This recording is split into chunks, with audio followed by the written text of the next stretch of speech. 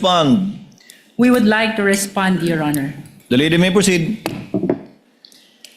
Your Honor, maliwanag po sa naging banta ng Vice Presidente kaugnay ng November 23, 2024 na video. May kinausap siyang tao kaugnay ng kanyang banta sa buhay ng Presidente, ng First Lady at ng dating Speaker. Later, Your Honor, we will present that this special task force was specifically created for the purpose of furthering the investigation because of the possibility of seeing na hindi po mag-isa ang Vice Presidente sa bantang ito. In other words, Your Honor, the mention of special task force, including its creation at ang karagdagang investigasyon nito, passes the test of relevance. As a matter of fact, this is the very reason why we are presenting Attorney Melvin Matibag, the NBI Director, before the Honorable Impeachment Court. Your Honor, the defense likewise mentioned that special task force was not mentioned in the articles of impeachment. Nais ko pong ibalik ang naging desisyon ng kagalang-galang na impeachment court kahapon, kaugnay ng mga dokumento which pertains to acts and omissions prior to 2022 and acts or omissions which were not specifically mentioned in the articles of impeachment. Ang mahalaga po dito, Your Honor, ay itong mga aligasyon or testimony to be presented ay may kaugnayan o relevant sa article of impeachment. It is not necessary that they be specifically mentioned in the articles of impeachment. Finally, Your Honor, they likewise raised the issue of due process of the respondent. It is very much apparent, Your Honor, since day one of our impeachment trial, the respondent is very well represented by her very much able defense panel. In other words, Your Honor, atin pong ibinibigay ang nararapat na due process sa respondent Vice President in as far as this impeachment trial is concerned, kasama na po ang pagtestigo ni NBI Director, kaugnay ng Special Task Force at ang mga naging investigasyon nito. Just a short rejoinder, Your Honor. Counsel for respondent may do so before the chair makes a ruling on the offer and the comments to the offer. You may proceed, Attorney Binlon. Your Honor, considering that the prosecution mentioned dates prior to the appointment of Director Matibag, then we would also add as basis for our objection his lack of personal knowledge. Noted. Chair will now make a ruling. Chair reminds the lead prosecutor to skip the introduction and preliminary questions with respect to the witness being the current NBI Director, having been admitted by the counsel for respondent. Insofar as the phrase banta is concerned, Chair would like to remind the senator judges that that is indeed a conclusion which the prosecutors will seek to prove for our purposes. Tawagin na lamang natin o ituring na lamang natin ang mga pahayagang binitiwan ng ikalawang Pangulo. But lead prosecutor, kindly let the witness testify and characterize it as such if he will, but it should come from the witness and not from any of the counsel for the parties. As to the task force was formed on April 16, 2026, after the impeachment complaints have been filed. Although the impeachment complaint was filed before the Senate in May, the impeachment complaints were already filed prior to the formation of the task force. And as a last point, this, if at all, would show persistence, absence or lack of it, which is an element of the crime of grave threats which the prosecution is seeking to prove. Again, not through their statements, but through the witnesses they will be presenting in the person today of Director Matibag. The chair will therefore allow the testimony, and the counsel for the respondent may object at any time with respect to the points he raised, and the chair will rule each time an objection is raised regarding that matter without prejudice. I'm already seeing what Attorney Binloan will do because he's reaching for the mic. Without prejudice to the counsel, of course, making a continuing objection with respect to his observations to the offer, so that we would abbreviate the proceedings and he won't need to object each time if at all it is brought up. Would that be correct, Attorney? Yes, Your Honor, we register our continuing objection and everything subject to cross, Your Honor. Noted. The lead prosecutor may proceed. Your witness. Mr. Witness, pakisabi po ang inyong pangalan, edad, at iba pang pagkakakilanlan. Ako po ay si Attorney Melvin Matibag na kasalukuyang Director ng National Bureau of Investigation. Ang aming pong tanggapan ay may address na 9th floor Philinvest Cyber Zone Building, Tostado, Macapagal, Pasay City. Nabanggit mo na ikaw ay isang abogado. Gaano ka na katagal sa nasabing propesyon? 29 years po. Saan ka nagtapos ng iyong abogasya? Sa Ateneo Law School po. Bago ang iyong abogasya, ano ang una mong inaral sa kolehiyo? Ako po ay nagtapos ng Bachelor of Arts, Major in Philosophy sa University of Santo Tomas. Pagkatapos naman ng abogasya, Mr. Witness, ano ang iyong inaral kung mayroon man? Nag-aral po ako ng Masters of Law, Major in Corporate and Finance Law sa Wayne State University, Detroit, Michigan, USA po. You are here as NBI Director. Bago ka itinalaga bilang NBI Director, ano ang iyong mga naging trabaho kung mayroon man? Bago po ako itinalaga na NBA Director, kasalukuyan po ako naglilingkod bilang Dean o Dekano ng Lyceum Alabang College of Law. Nabanggit mo na ikaw ay dating Dean ng Lyceum College of Law, Alabang. Bukod sa pagiging Dean, ano pa, kung mayroon man, ang iyong naging trabaho bago ang iyong pagkatalaga bilang NBI Director? Ako po ay nanungkulan na rin sa iba't ibang kapasidad sa ilalim po ng iba't ibang administrasyon.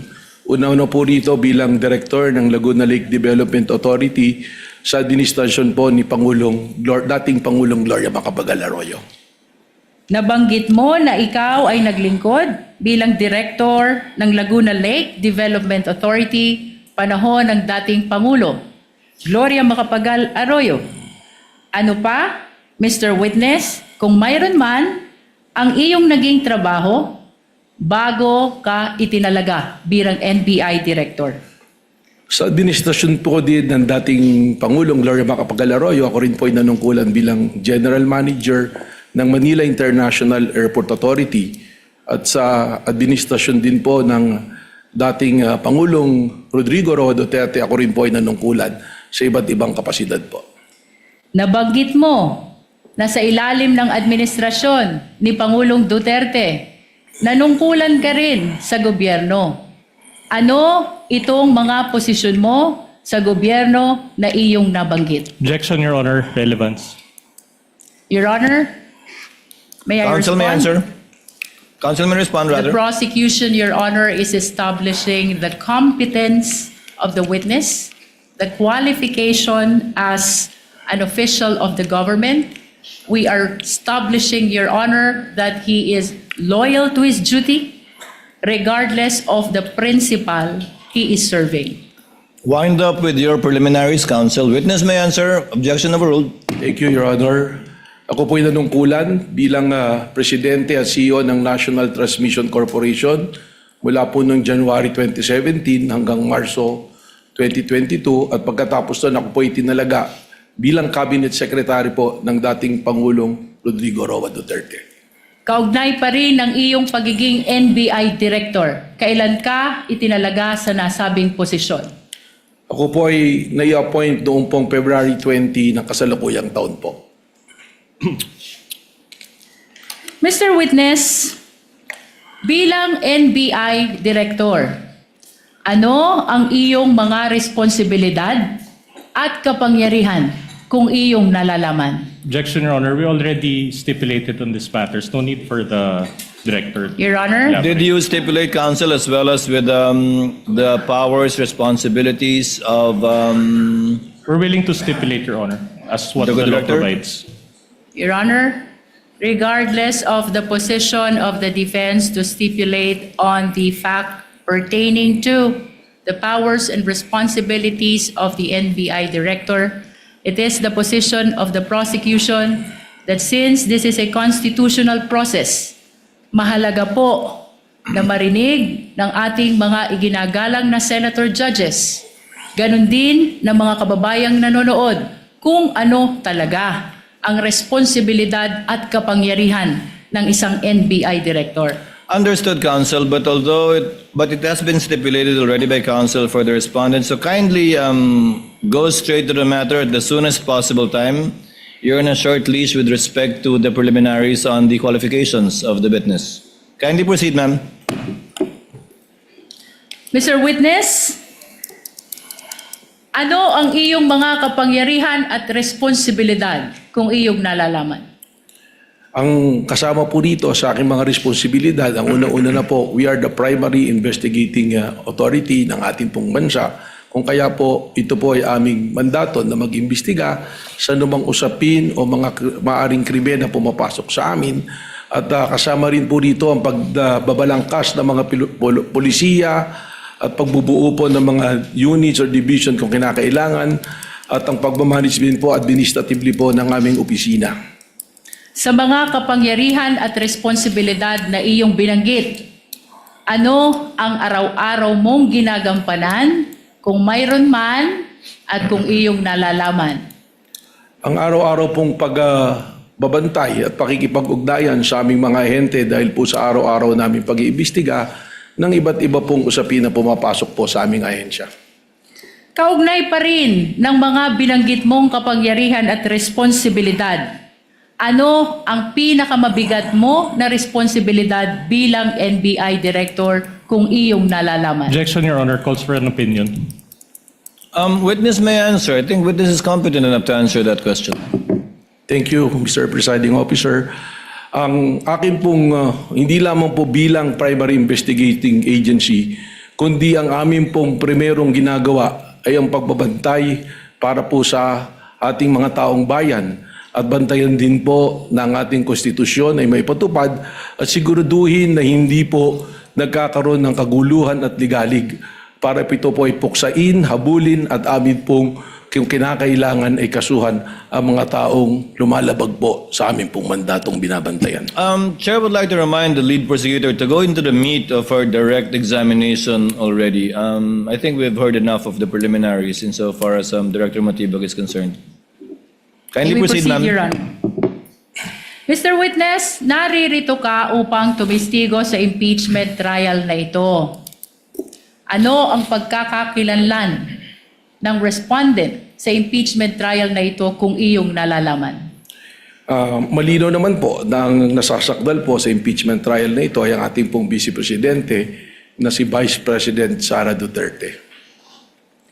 Bukod sa ang respondent ay ang Vice Presidente, ano pa kung mayroon man ang pagkakakilanlan ng respondent sa impeachment trial na ito?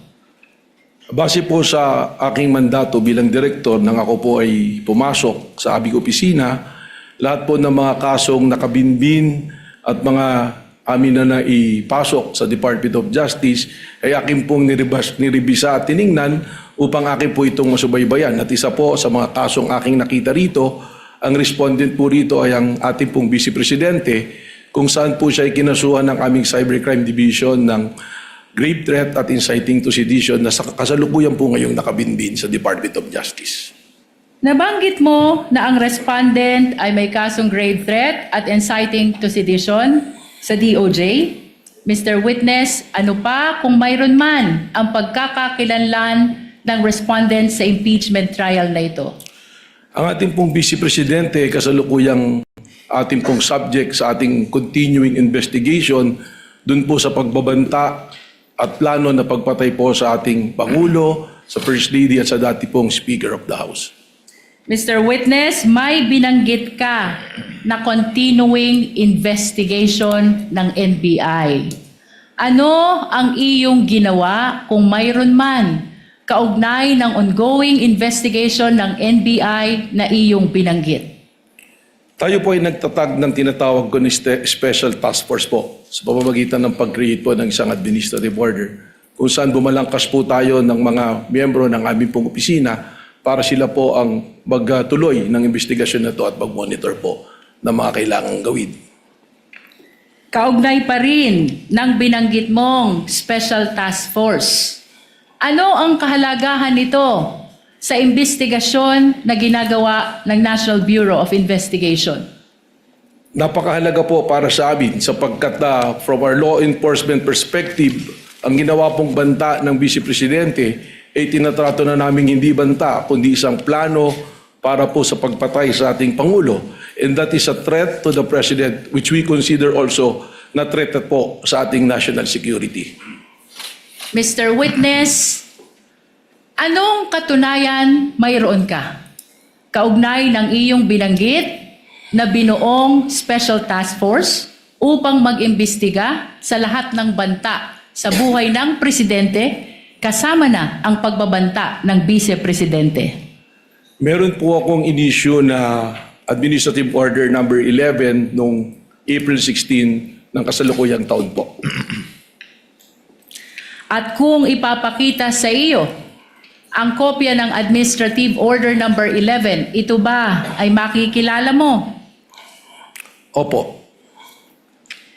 Your Honor, may we request that AO number 11, previously marked as Exhibit P429, be flashed.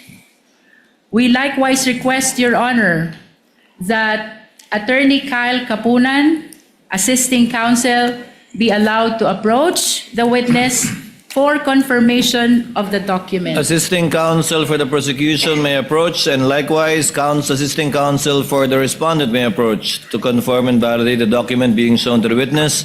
Likewise, the tech, through the clerk of court, is instructed to kindly flash in the screens the document being referred to by the lead prosecutor, the Honorable Luis Tro. Kindly zoom it in, please. Mr. Thank you. Witness, Your Honor, can we be Attorney given time Binloan is to comment? recognized. Your Honor, we manifest for the record, Your Honor, that the document is a photocopy. So noted.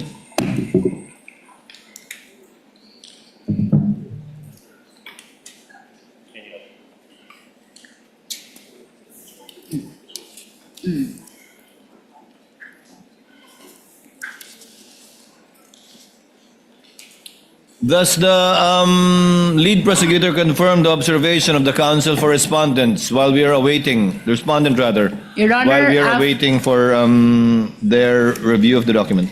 Your Honor, after the confirmation of the document, the prosecution will be requesting for the transfer of marking to a certified true copy, Your Honor. At a later time. Yes, Your Honor. Noted.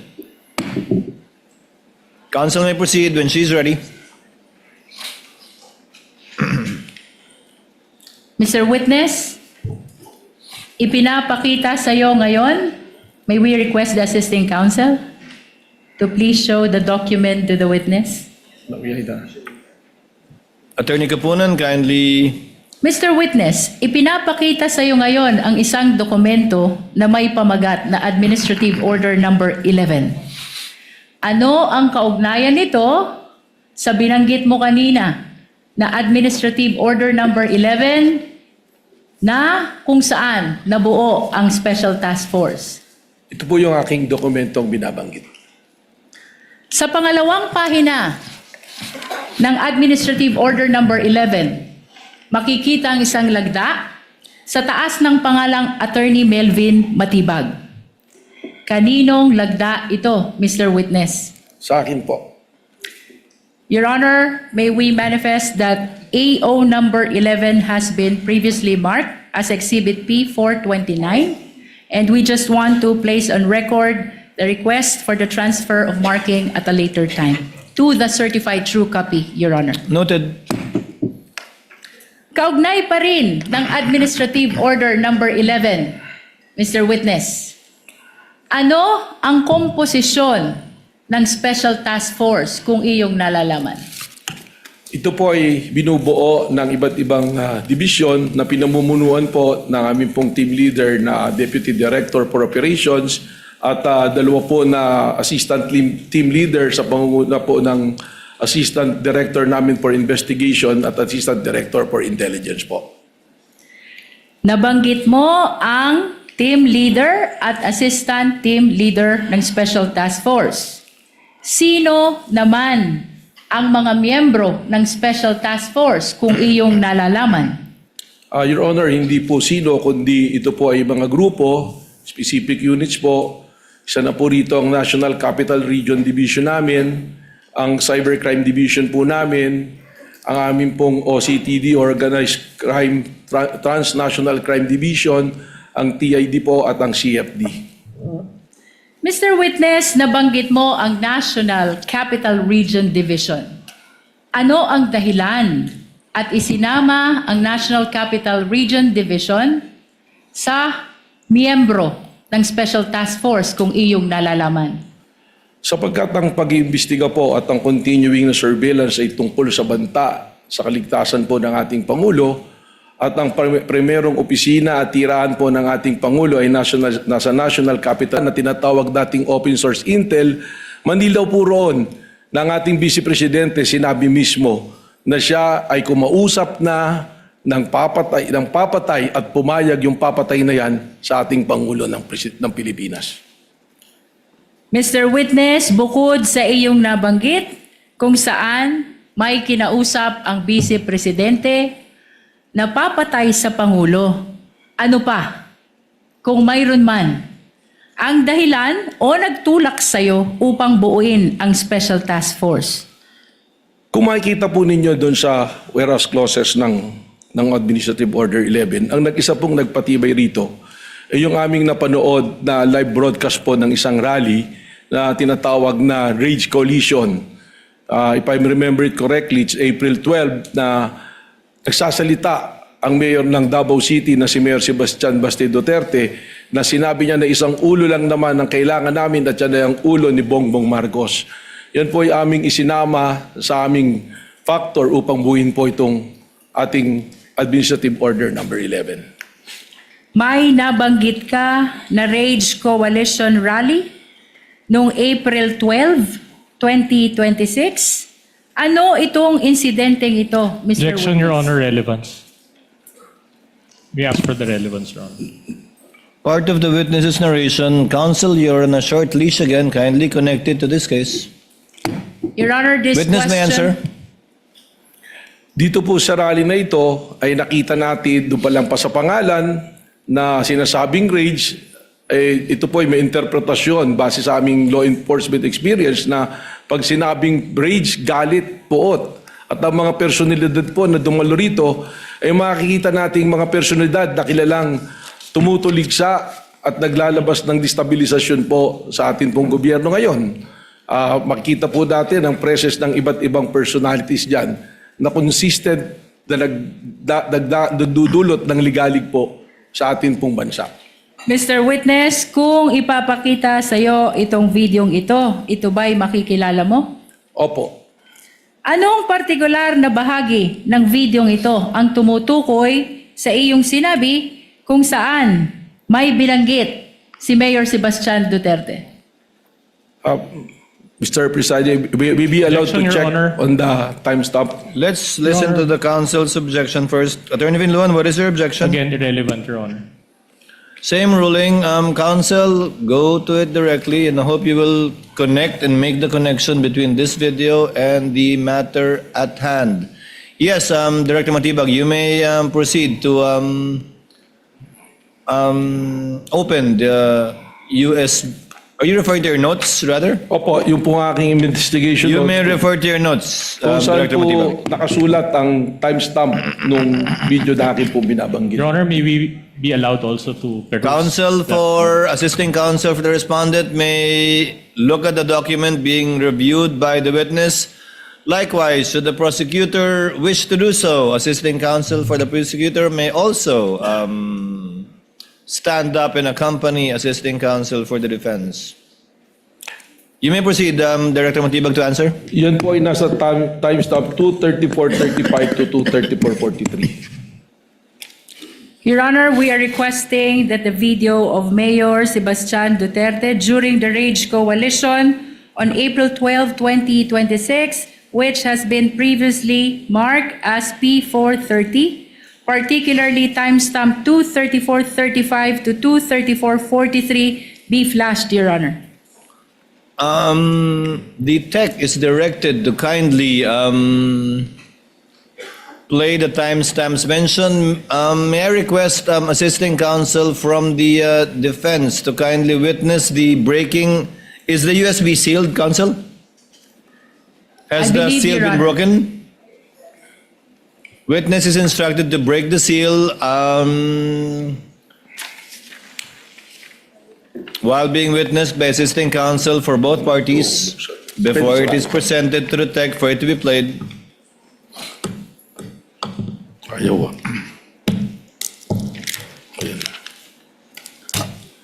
While the witness is breaking the seal and bringing it, giving it rather to the counsel for the prosecutor and assisting counsel for the respondent, Chair would like to make a manifestation with respect to the proceedings. Earlier, the Chair intimated to some senator judges, as far as practicable, to make their interjections and interventions after the party shall have examined the witness, both direct, cross, redirect, and recross, if any, unless the matter is of urgent, administrative, or procedural concern, in which case it may be brought up even before the examination of the witness by the parties. But as far as practicable, let us allow the parties to finish the examination of the witnesses by themselves, because this is a more of a trial really than merely seeking clarificatory questions when the counsels can elicit that from the witness anyway. Yes, are we ready to play the video?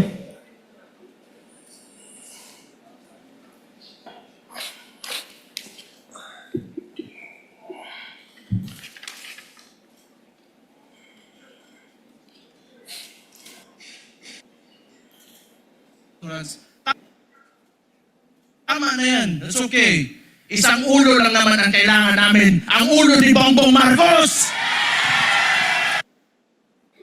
Mr. Witness, napanood mo ang video. Ano ang kaugnayan ng video na ito sa insidente ng Rage Coalition na tinukoy mo kanina? Yan po yung aking tinutukoy na video. Ano ang partikular na sinabi ni Mayor Sebastian Duterte sa nasabing insidente kung iyong naaalala? Sinabi po niya na isang ulo lang naman ang kailangan namin, ang ulo ni Bongbong Marcos. Mr. Witness, ano ang kahalagahan ng insidenteng ito sa Rage Coalition sa investigasyon na ginagawa ng Special Task Force kaugnay ng banta ng Vice Presidente sa buhay ng Presidente? Objection, Your Honor. Up to now, the prosecution has not established the relevance of these incidents to the matter at hand, Your Honor. Your Honor, I'm We're in the objecting on the basis process. of irrelevance, Your Honor. I'm in the process of establishing the relevance already, Your Honor. Counsel, kindly do so as best you can with the shortest possible time. I will allow it. Yung pong video na yan ay amin pong naikumpara sa mga naging pahayag ng ating Vice Presidente na kung saan meron din po kaming bidyong binalikan na ang ating Vice Presidente ay nagre-repair din po sa pagtanggal ng ulo ng ating pong Presidente. Kung kaya't nakita namin po ang pagkakahambing ng statement po ng ating pong Mayor at ng Vice President Sara Duterte. Mr. Witness, binanggit mo ang isang insidente kung saan sinabi ng Vice Presidente gusto tanggalin ang ulo ng Presidente. Ano itong insidenteng ito kung iyong nalalaman? Sa aking pong recollection sa pag-iimbestiga, ito po yung kanyang press conference noong October 18 ng 2024 kung saan sinabi niya, gusto kong tanggalin ang ulo niya ba? At sinabi rin po niya nga, imagine cutting his head. So yan po ang binabanggit ko, the video. Kaugnay ng sinabi niya na gusto ko tanggalin yung ulo niya ba? Anong partikular na bahagi ng binanggit mo na video ang tumutukoy sa sinabing ito ng Vice Presidente?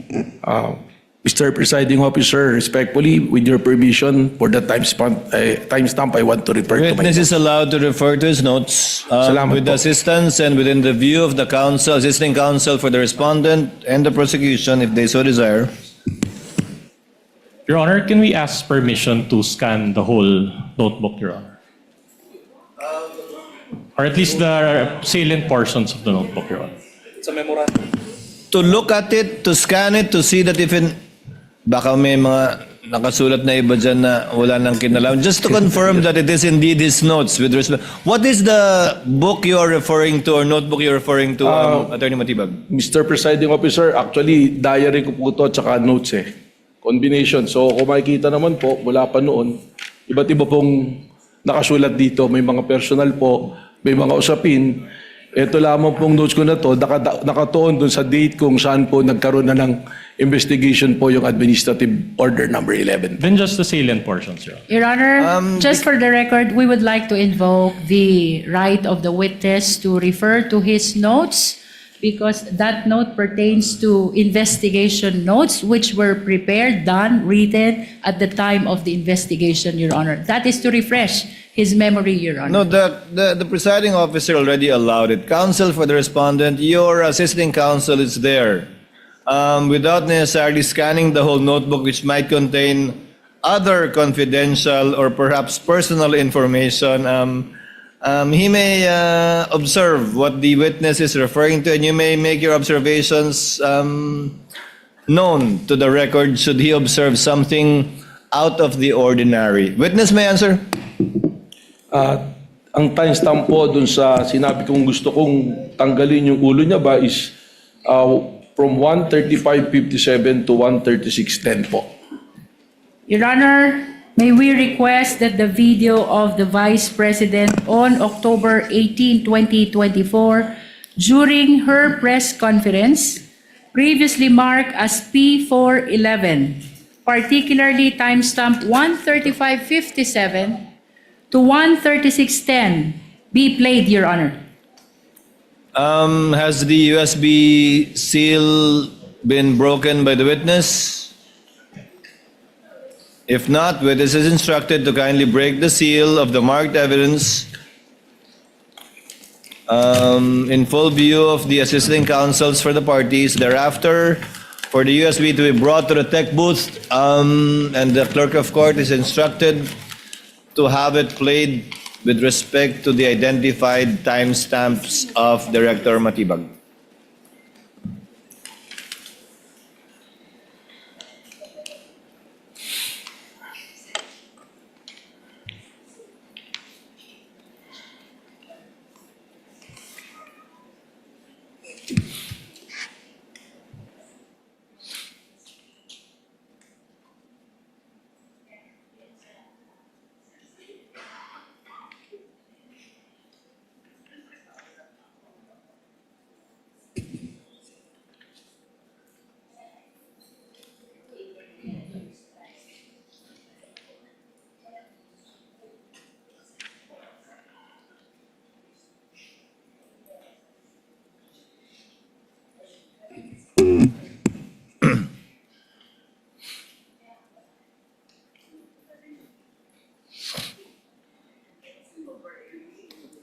Gusto ko tanggalin yung ulo niya ba?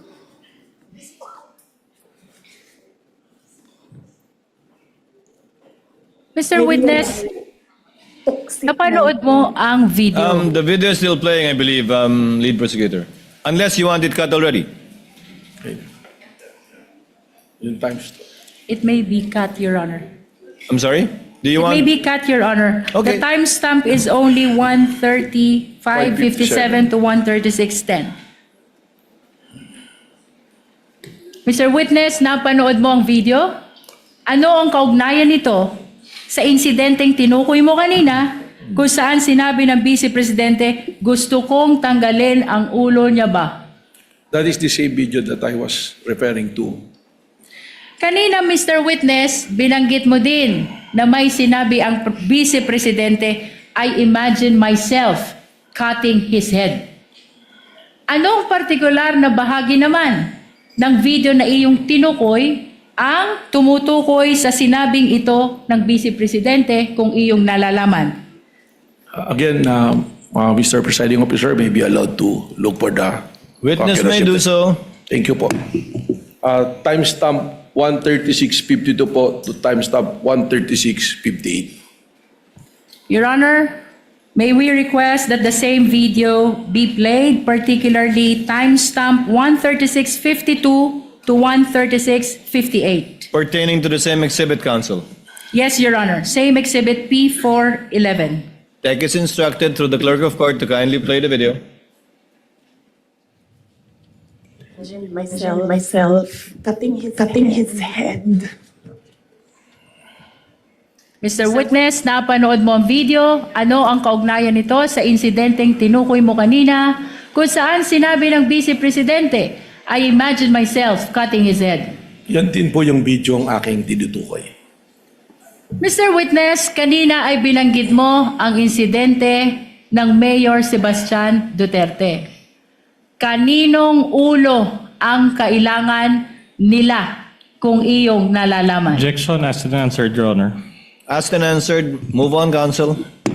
Binanggit mo din ang video ni Vice President Sara Duterte. Mr. Witness, kaninong ulo ang gustong tanggalin? Objection as answered, Your Honor. Move on, counsel. Asked and answered. The court understands and knows who said the vice president was referring to in that video. Thank you, Your Honor. We will proceed.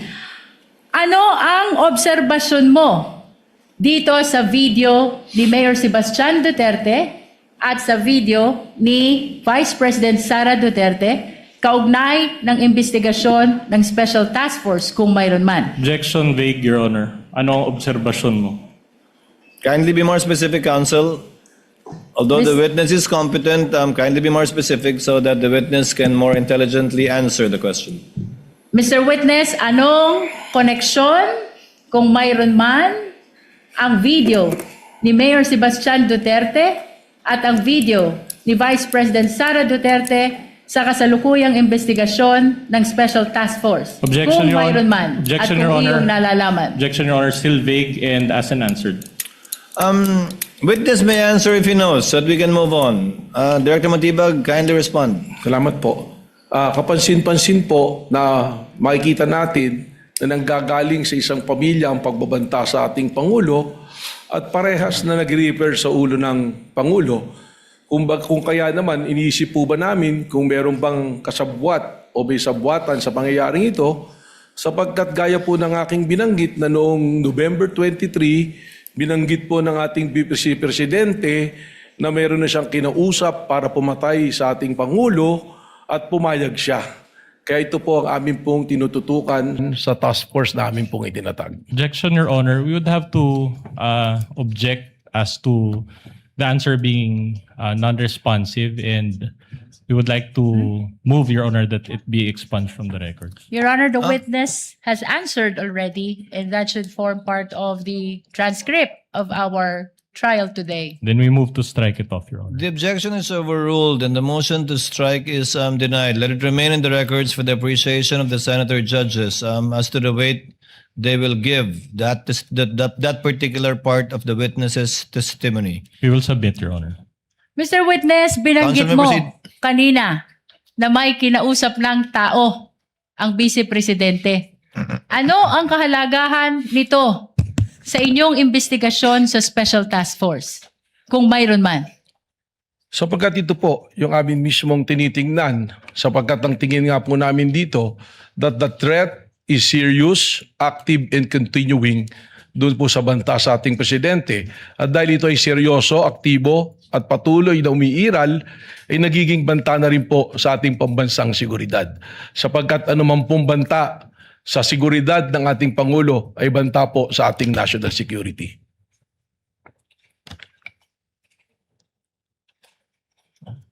Mr. Witness, ano ang inyong obserbasyon, kung mayroon man, doon sa sinabi ng Vice Presidente na mayroon na siyang kinausap na tao? Objection vague, Your Honor.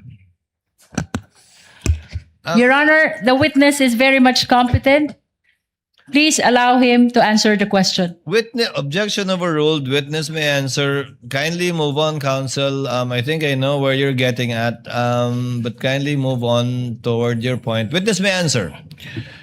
Ang obserbasyon po namin dito ay hindi na ito isang banta, kundi isang plano. Sapagkat ang tingin po namin dito ay inianunsyo ng ating Vice Presidente ang kanyang planong pagpatay sa Pangulo ng Pilipinas at mga nabanggit pa ang kanyang gustong ipapatay doon po sa kanyang pagbabanggit sa kanyang press conference. Kanina, Mr. Witness, binanggit mo ang investigasyon ng NBI noong November 2024. Ano ang pagkakaiba, kung mayroon man, ng investigasyon ng NBI noong November 2024 sa kasalukuyang investigasyon ng Special Task Force na nagumpisa noong Abril 2026? Malaki po ang pagkakaiba. Yung investigasyon po na natapos na ginawa noong November 24 na nag-iimbestiga doon po sa grave threat at sa inciting to sedition, ito po ay ordinaryong krimen na iniimbestigahan na sa ngayon po ay nakabinbinma sa Department of Justice para sa kanilang resolusyon.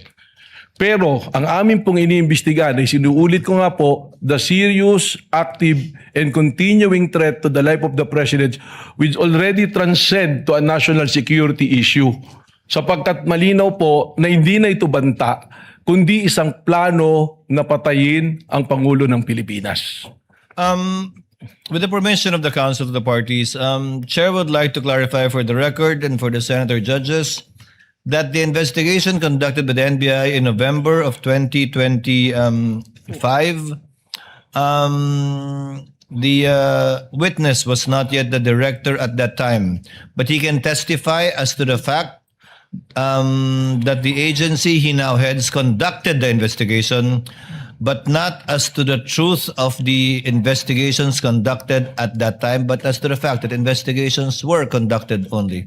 You may proceed, Counsel. Mr. Witness, ano ang dahilan? Bakit kasama ang video ni Mayor Sebastian Duterte sa inyong sinasabi ngayon na ang bantang ito ay banta na sa national security, kung mayroon man? Objection asked and answered, Your Honor. Asked and answered, Counsel. Move on. Your Honor, as a matter of fact, we haven't asked that question and the witness is supposed to explain the reasons why the video was actually considered in their observation that this is a threat to national security. I believe the witness already answered that any threat to the President is a threat to national security, to the national security of the country. And earlier, the Council already asked the relationship of the video to that statement of the witness, which the Chair allowed. We're Okay. already there, Counsel. Please move on. Bilang karagdagan, Mr. Witness, sa iyong binanggit na issue ng national security, kaugnay ng video ni Mayor Sebastian Duterte, ano pa ang dahilan, kung mayroon man, kung bakit isinama siya sa pagsusuri ng Special Task Force? Sapagkat dito na nga po na makikita ng naging pagbabanta ng ating Vice President ay nagkaroon po ng tinatawag natin na epekto. It is a kinetic force na kung saan yung mga nakarinig ng kanyang pagbabanta ay gumagaya na rin at nagbabanta. Lalong-lalo na sila ay nabibilang sa isang pamilya. That is the very purpose of the task force, to monitor all those threats na lumalabas po ngayon at sa araw-araw nga meron po tayong nakikitang threat sa social media, sa mga pahayag po during the mga rallies, ay tuloy-tuloy po na banta sa ating pong Pangulo na umaabot na po na banta sa ating national security. Binanggit mo ang kinetic force. Anong ibig sabihin nito, Mr. Witness? Na yung kanila pong aksyon ay nagkakaroon po ng epekto para kumilos sa mga nakakarinig, ang kanilang mga supporter, upang maghasik po ng ligalig at kaguluhan po sa ating pong bansa at hindi na nirirespeto ang ating pong konstitusyon at wala na rin pong pagtingin sa ating democratic process. Ano pa ang dahilan kung meron man? Bakit isinama sa pagsusuri ang video ni Mayor Sebastian Duterte kaugnay ng Rage Coalition Rally? Yung Objection presensya, as answered, Your Honor. Witness may answer. yung proseso po namin na yan, doon po namin nakita na sinasabi ko nga, yung mga participants dito, yung po mga kilala na mga tao na nagdudulot ng ligalig at pagtutol sa demokrasya po natin. At nandiron din po yung broadcast na yan, napakarami pong naabot na tao, nasa 600,000 plus po yung live broadcast niyan. Doon na po papasok yung tinatawag ko nga kanina na sinabi kong kinetic force na maaaring magkaroon po ng reaksyon ng mga taong nanonood na ito na hindi po maganda at makagugulo po sa pag-promote po natin ng law and order na primero po nagawain po dapat ng National Bureau of Investigation. Binanggit mo na may mga kilalang personalidad na nakibahagi sa Rage Coalition Rally. Sino-sino itong mga ito? Objection, Your Honor, irrelevant. Witness may answer. Makita po natin doon, may mga senador din po na nandoon. Nandoon din po si Mike Defensor at nandoon po ang mga haligi po ng PDP Laban na akin po mga kakilala. Nandoon din po ang mga iba't ibang leader sa iba't ibang rehiyon na akin na pong nakasama noon nung ako'y miyembro pa ng PDP Laban. Mr. Witness, ano ang ibig sabihin ng rage kung iyong nalalaman? Objection, Your Honor, irrelevant. I think council has already made the connection between the rage, the statements of Mayor Baste, and the statements of the respondent. Witness may answer. Sa Tagalog po niyan ay galit o puot. Yun po. Wala pong acronym yon, Director Matibag. Hindi po kasi tumutugma doon sa acronym nila dahil yung acronym nila Reform Alliance for Good Governance. So hindi po RAGE eh. So medyo malayo po.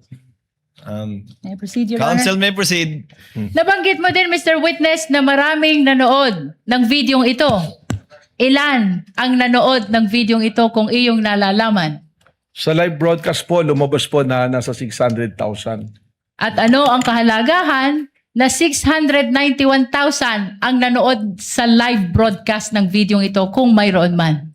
Again, ganoon na po kalawak yung nakikita natin na resulta ng pag-asik po ng ligalig po at pagbabanta po sa kayusan, pati na rin po sa seguridad ng ating Pangulo. Mr. Witness, kanina binanggit mo ang pagkakaiba ng naunang investigasyon ng NBI sa kasalukuyang investigasyon ng Special Task Force ng NBI. Ngayon, ano naman ang ginawa ng NBI sa pagitan ng unang investigasyon kung saan na-file ang kasong grave threat at inciting to sedition sa DOJ, February 2025, sa kasalukuyang investigasyon ng Special Task Force na inumpisahan nung buuin ang STF April 2026. Kung mayroon man. Ang sa pagkaalam ko po, Council, you mean April 16, 2026. That's the you're referring to AO11. Yes, Your Honor. Witness may answer. doon po base po sa tanong ng mula February 25, 2025, ako po ay hindi pa NBI noon, subalit nung ako po ay nag-assume nung February 20, kasama po sa ating pinag-aralan yan at alam naman po natin na ang mandato ng NBI ay ang patuloy na bantayan ng seguridad ng ating mga opisyalis at siguraduhin na may law and order. So ako po na-appraise naman na tuloy-tuloy ang mga monitoring at consultation po at surveillance na ginagawa ng iba't ibang unit noon. Ngayon, nung ako naman po ay pumasok bilang NBI Director at atin pong pinag-aralan yung mga kaso, noong April 16 nga po, itinatag na po natin ang task force na ito upang po matutukan ang mga issue na akin na nga pong nabanggit. Mr. Witness, maraming salamat sa iyong paglilinaw, kaugnay ng nauna at ng kasalukuyang investigasyon ng NBI. Kaugnay pa rin ng Special Task Force, ano ang iyong naging direktiba kung mayroon man?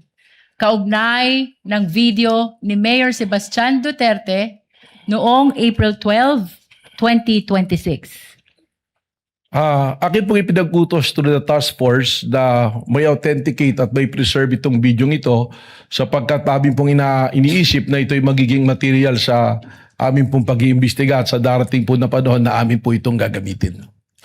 Mr. Witness, sino ang iyong inutusan upang ma-preserve at ma-authenticate ang video ni Mayor Sebastian Duterte na tinukoy mo? Ito po ay aming naitoka kay Agent Edgar Apolonio po ng Cybercrime Division po. Ano naman ang iyong patunay na ang videong ito ay na-preserve at na-authenticate ni Agent Edgar Apolonio kung mayroon man? Ako po ay nakakuha ng kopya ng affidavit of authentication na ipinasa po sa aking tanggapan at akin po itong nahawakan po.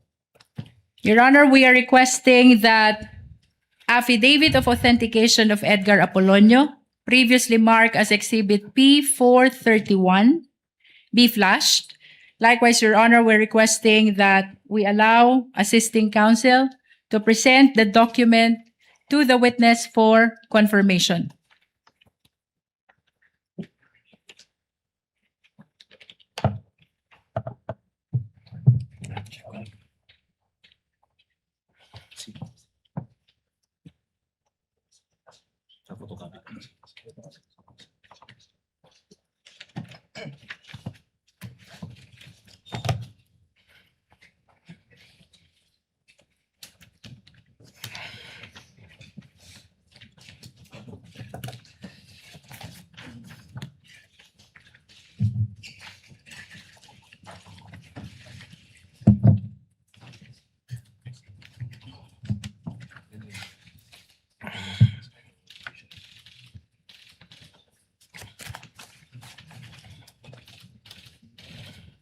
Mr. Witness, we are presenting to you a document entitled Affidavit of Authentication. Ano ang kaugnayan nito sa Affidavit of Authentication ni Agent Edgar Apolonio na tinukoy mo kanina? Ito po ang affidavit of authentication na aking pong binabanggit. We manifest, Your Honor, that the same has been previously marked as Exhibit P431. Sa pahina 2, makikita isang lagda sa ibabaw ng pangalang Agent Edgar Apolonio. Mr. Witness, kaninong lagda iyan kung iyong nalalaman? Kay Agent Edgar Apolonio po. Mr. Witness, paano mo nalaman na ang lagdang iyan ay lagda ni Agent Edgar Apolonio? Noong po ito'y sinumite sa aking opisina, siya po ay aking ipinatawag at tinanong ko kung siya ang gumawa at kung lagda niya po ito. Bukod po doon ay marami na po akong naiutos na ipa-authenticate sa kanya at iba pang dokumento na siya po ang lumalagda kung saan nagkaroon na po ako ng familiarity doon sa kanya pong mga lagda. Maraming salamat sa iyong paglilinaw. Ngayon ay puntahan natin ang investigasyon ng Special Task Force sa banta ng Vice Presidente sa buhay ng Presidente. Ano ang mga ginamit niyong batayan? Kung mayroon man sa inyong pag-iimbestiga sa Special Task Force sa banta ng Vice Presidente sa buhay ng Presidente. Consistent po sa ginagamit po ng Protective Intelligence Methodology ng Secret Service ng Amerika. Then po sa tinatawag natin na if there is a threat to unknown personality, meron po silang mga pamantayan at doon din po namin ibinasa itong pamantayan na ito. 5 po ito na pamantayan namin pong ginamit. Mr. Witness, binanggit mo na meron kayong ginamit na 5 pamantayan. Ano-ano itong mga 5 pamantayan na binanggit mo? Una na po rito yung pattern of violence po. Bukod sa pattern of violence, ano pa kung mayroon pa? Yung pong gravity at seriousness po ng isa pong pangyayari. Anong sunod dito kung meron pa? yung pong identity and identifying characteristic po ng involved po doon sa pangyayari. Bukod sa identity, ano pa Mr. Witness kung mayroon man? Ang isa po rito ay yung kakayanan po at kapasidad po ng nabanggit po na subject po. At bukod sa 4 na iyong nabanggit, ano pa ang inyong ginamit na batayan kaugnay ng investigasyon na ito? Yung pong tinatawag na motive o motibo at intent po ng personality po. Mr. Witness, balikan natin ang pattern of violence na una mong binanggit kanina. Ano ang inyong sinuri, kung mayroon man, kaugnay ng pattern of violence ng Vice Presidente? Sa tulong po ng aming pong Special Task Force ay aming pong binalikan ang mga pangyayari na yan naman po ay lumabas na tinatawag namin sa media na mga open source intel namin. At doon po nakita namin yung isang event nung mayor pa po ang ating Vice President Sara Duterte na meron pong isang sheriff na gustong gawin ang kanyang tungkulin na atas po ng legal na atas ng korte na magpatupad po ng demolition order. Subalit hindi po ito nagustuhan ng noon ay mayor at kay Vice Presidente, kung saan ay tinawag po niya yung sheriff at pinagsusuntok po sa mukha itong sheriff na ito. Mr. Witness, binanggit mo ang isang insidente ng sheriff na pinagsusuntok sa muka. May ipapakita ako sa iyong video.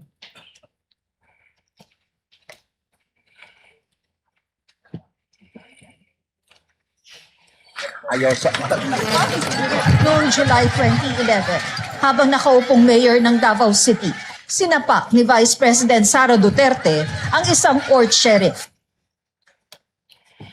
Ito ba ang insidenteng tinutukoy mo? Tama po, yan po.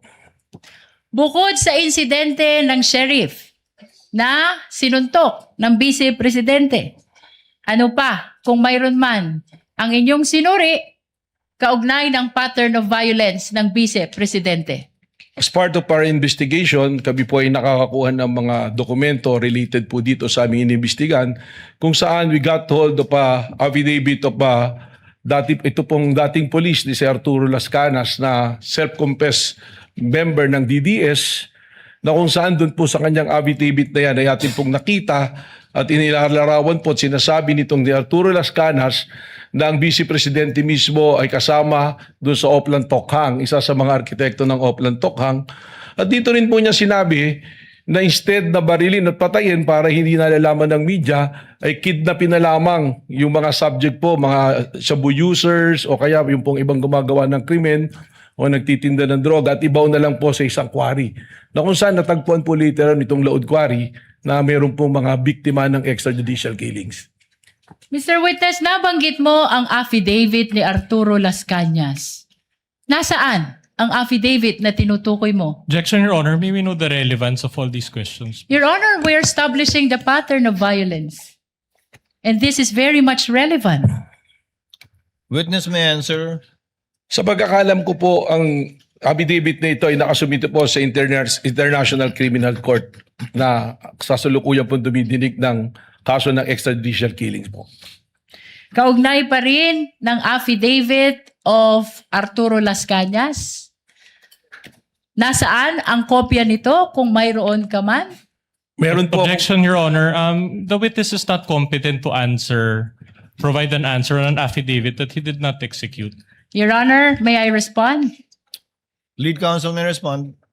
Your Honor, this affidavit of Arturo Las Cañas can be considered as a declaration against interest. He's saying in the affidavit na siya ay hitman, na siya ay bahagi ng Davao Death Squad. And under the rules, Your Honor, this may be considered also even with respect to third party. And in this particular case, Your Honor, the Vice President, the respondent, is the third party. Just a rejoinder, Your Honor. Counsel for the respondent. Then we would have to object to that, Your Honor, because it will be Mr. Las Cañas, if at all, who has the personal knowledge. We're already going into the contents of such affidavit, and the witness is incompetent to testify on that. Chair will make a ruling. It is of no moment that it is a declaration against interest. Again, it is not an exception to the hearsay rule. It's certainly not a declaration against the interest of the witness. However, the court will allow it as part of the testimony and narration only of the witness, not as to the truth of the allegations of fact contained in the affidavit of Las Cañas, just as to the fact that the affidavit went through the office of the NBI director, that he knows of the affidavit, but certainly for the information likewise of the senator judges, not as to the truth of the allegations stated in the Las Cañas affidavit. Witness may answer. Your Honor, we will submit, but we register continuing objection. The continuing objection of the counsel for respondent is duly noted and entered into the records. Mr. Witness, kaugnay pa rin ng affidavit ni Arturo Las Cañas. Nasaan ang kopya ng affidavit na ito? Meron po akong CP. Counsel, witness already answered. He said it is in the ICC, I believe. Your Honor, I am pertaining to his actual copy. You may proceed, counsel. Witness may answer. Nandito po sa akin, dala-dala ko po yung kopya ng affidavit. Your Honor, may we allow the witness to present his own copy? Witness is allowed to produce a copy she is mentioning, is referring to rather in his testimony.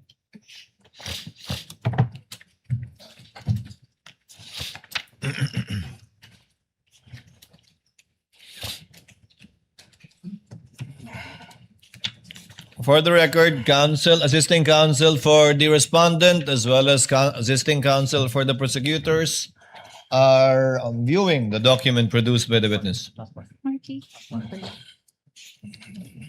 Your Honor, just a comment. Counsel for the respondents recognized. Your Honor, it appears that this document has not been marked during the pre-trial conference. Your so Honor, may I respond to that? not yet done with my manifestation. Let the counsel for respondent finish, counsel. So in other words, may we request, Your Honor, that we be given a copy of such document as well for our perusal. The prosecutor is so instructed to kindly furnish a copy if indeed this document has not yet been marked. Your Honor, may I respond to that? Counsel may respond. The affidavit of Arturo Las Cañas has been previously marked as P-2-10-1-W, Your Honor, for the prosecution. Then I stand corrected, Your Honor, but can we still request for a copy? Nevertheless, kindly give the counsel for respondents a copy. We submit, Your Honor. Counsels rather for respondent a copy. Thank you, counsel.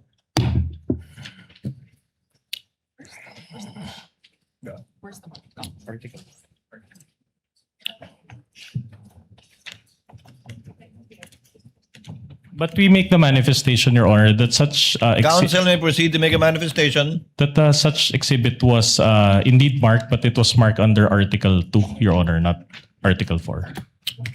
We confirm, Your Honor. Nevertheless, we maintain that this document has been marked during the pre-trial conference, Your Honor. Duly noted. Mr. Witness,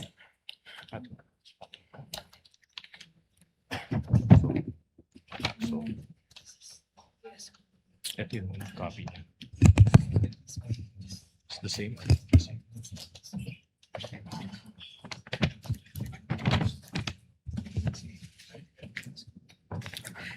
May USB. May USB.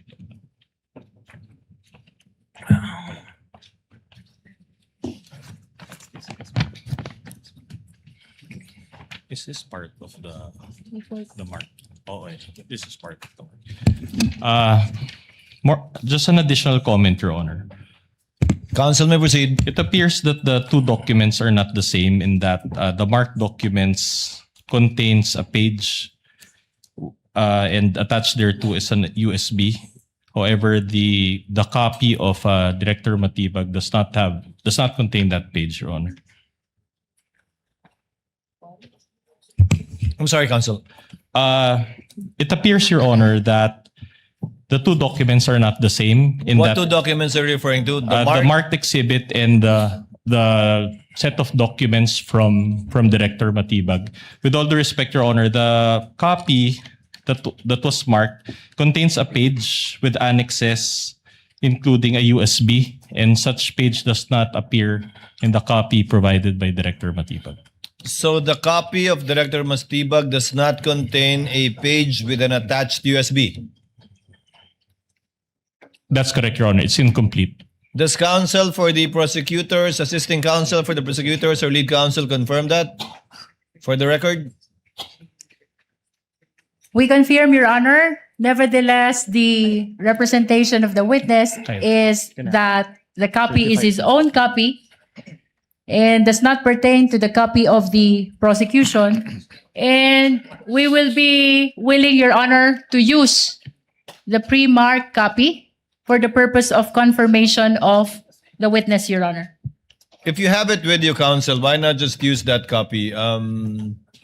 Yes, Your Honor. So that will we do. can go directly to it, unless there are any reservations from the We are counsel okay, Your Honor. Your Honor, if I may be recognized. We are okay with confronting the witness with his own copy, Your Honor. But again, we manifest that it was not the document that was marked and it does not contain the USB. Moreover, just an additional manifestation, the marked copy or marked set contains a stamp certified true copy, but it was not signed by anyone and there was no date provided. Duly noted. Again, this without prejudice to the counsel for the prosecutor, furnishing counsel for respondent with a copy of the exact document produced by Director Matibag for further comparison and or observation either during cross or future proceedings later on. We submit, Your Honor. Your Honor, just a correction. There was a stamp, Your Honor, and a signature, but there was no name. Just for the record, Your Honor. Duly noted for the record. With the permission of the court, we'll be using the pre-marked document, Your Honor, for the purpose of confirmation. Likewise, for the information of the counsel for respondent, would that be okay? Then we take exception to that, Your Honor, because it was not the one that was identified by the witness in open court. What he identified was his own copy, and that copy does not contain any USB. So he does not have. He will be incompetent to testify on a pre-marked exhibit that he did not submit or participate in. The exhibits can be later on compared to with a certified true copy at a later date, as has been previously done by the parties. In the meantime, Chair will allow the witness to use his copy without prejudice to any differences that may be shown either through cross or through the comparison after a copy shall have been furnished to the counsel for respondents. Continuing objection, Your Honor. So ordered. May Continuing we objection is confirm, noted. Your Honor, which copy we will be using for The counsel confirmation? produced by Director Matibag will be the one that will be used. Thereafter, Senator Judge Risa Ontiveros,